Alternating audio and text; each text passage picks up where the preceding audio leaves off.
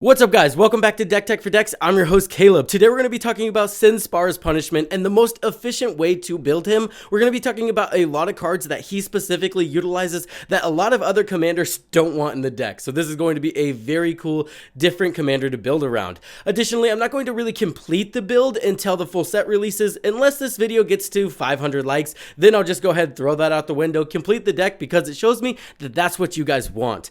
Another thing guys, you guys might want is a free $15. If you guys click on that whatnot link in the description down below, you guys get that, helps out the channel, you guys get free money. You can also get 20% off all of your Tellurian library proxies whenever you use code DT4D. And last but not least, if you would like, comment, and subscribe if you're enjoying the content, it really helps me out. Now let's talk about Sin Spar. This has a very cool ability. It's 7 CMC, but this is kind of something you want to play later in the game anyway, so I'm not bothered by it. It also has a really broken ability, so it's okay as well. Whenever Sin Spar enters the battlefield or attacks, we get to choose a random permanent card in our graveyard and create a token copy of that. And then if that random permanent just so happens to be a land, we get to repeat the process. This means if we have 5 lands in our graveyard, we're just going to get 5 lands on the battlefield in the form of a token. Now they do enter tapped, but I'm not worried about that. This is going to be insane for Landfall decks. Then we're going to want to use delve cards, again not very useful in a lot of other decks, but very useful here,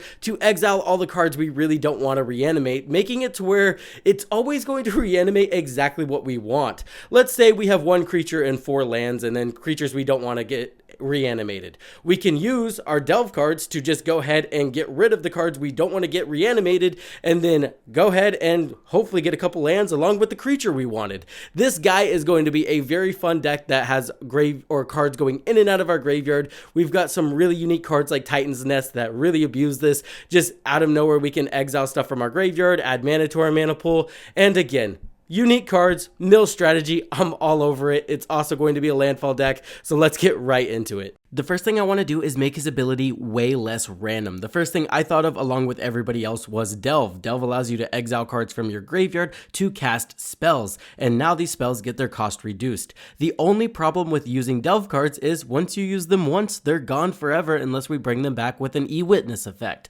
We're going to be way better off focusing on the escape mechanic. Not only is there countless creatures with the escape mechanic on them, but there's also sorceries, and sorceries, once you cast them for their escape cost, go right back into your graveyard for you to use again, and our commander does not care about instant sorceries in the graveyard, so they're free to stay there and they're never going to cause our commander to whiff.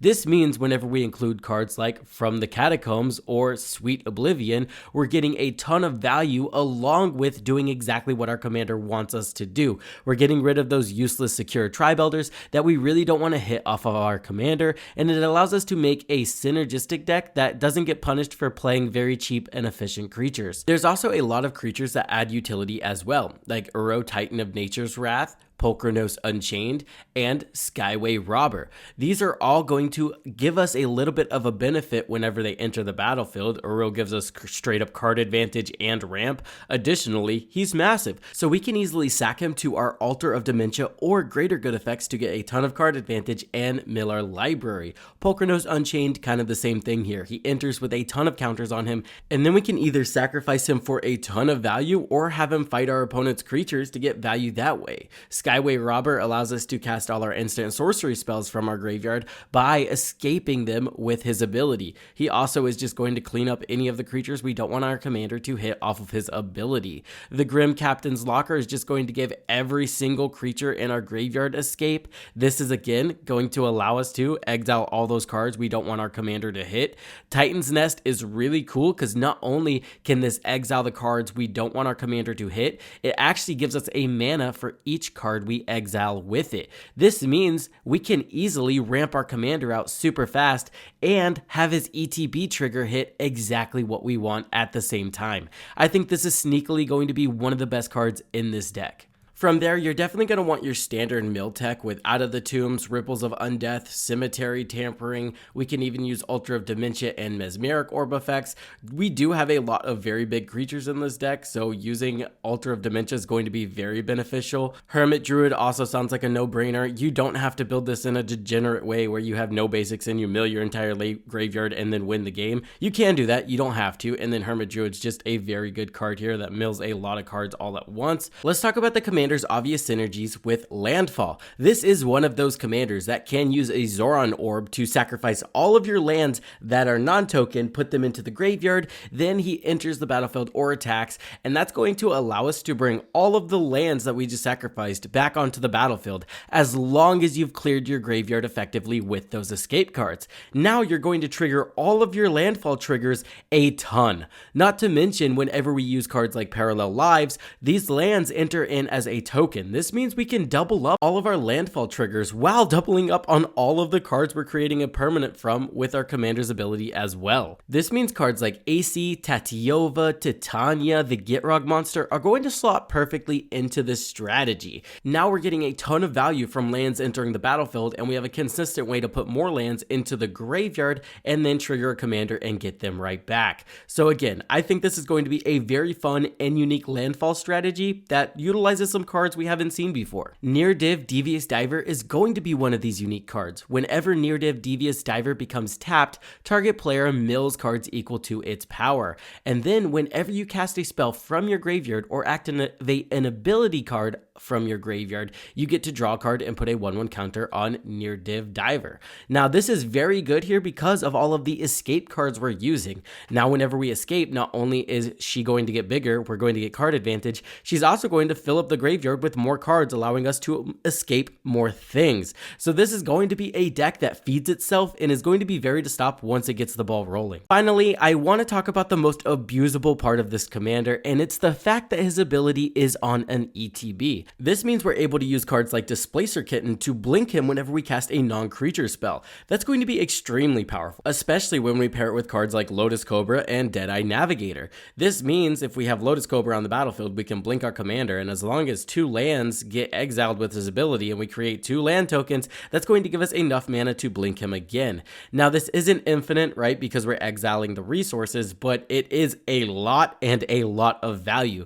So just being able to do something like that can really cause you to generate a board state that is really unstoppable for your opponents to deal with. I like the idea of running Muldrotha in this deck as well for one reason. Let's talk about some cards like Mesmeric Orb. This is one of those cards that you really don't want your commander to hit because it's just a 2 CMC thing. We want to hit something broken, right?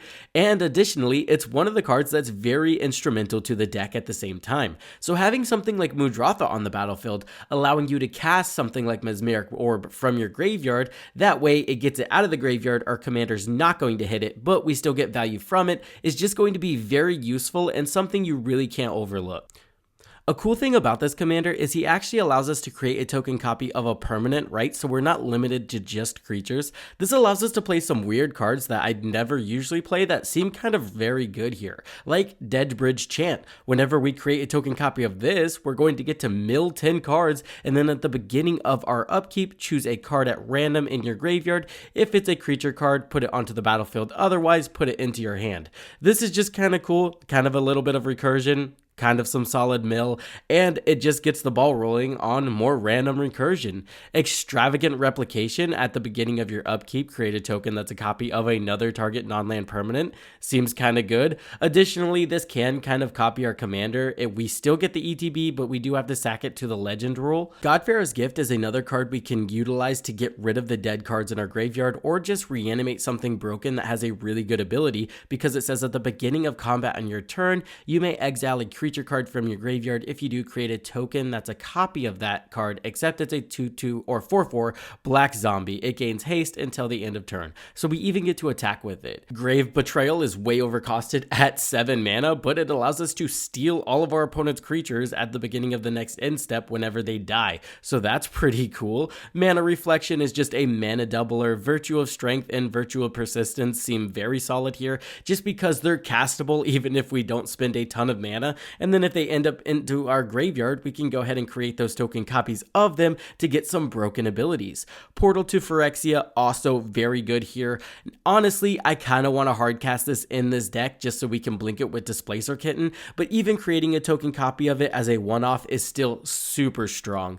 Zendikar's Resurgent, more mana doublers. I'm also kind of keen on Minds Over Matter here. I really like it because we can choose and discard a card, tap our untapped target artifact, creature, or land. This allows us to discard the dead cards in our hand or the cards we want to reanimate, while also kind of generating us mana. I'm all for that, especially when we're doubling up on the mana we're generating, or even tripling up on it whenever we play something like a Nyx Bloom Ancient. Alright guys, for those of you that stayed to the end of the video, I've got some super spicy tech for you. Life finds a way. Keep in mind, we are going to be blinking our commander a ton with Displacer Kitten effects, Deadeye Navigator effects, and Life Finds a Way says whenever a non-token creature with power 4 or greater enters the battlefield under your control, we get to populate, which means we can create a token copy of another creature token we control. This means we're just going to create more broken token copies of our already broken creature tokens, allowing us to really stampede over our opponents.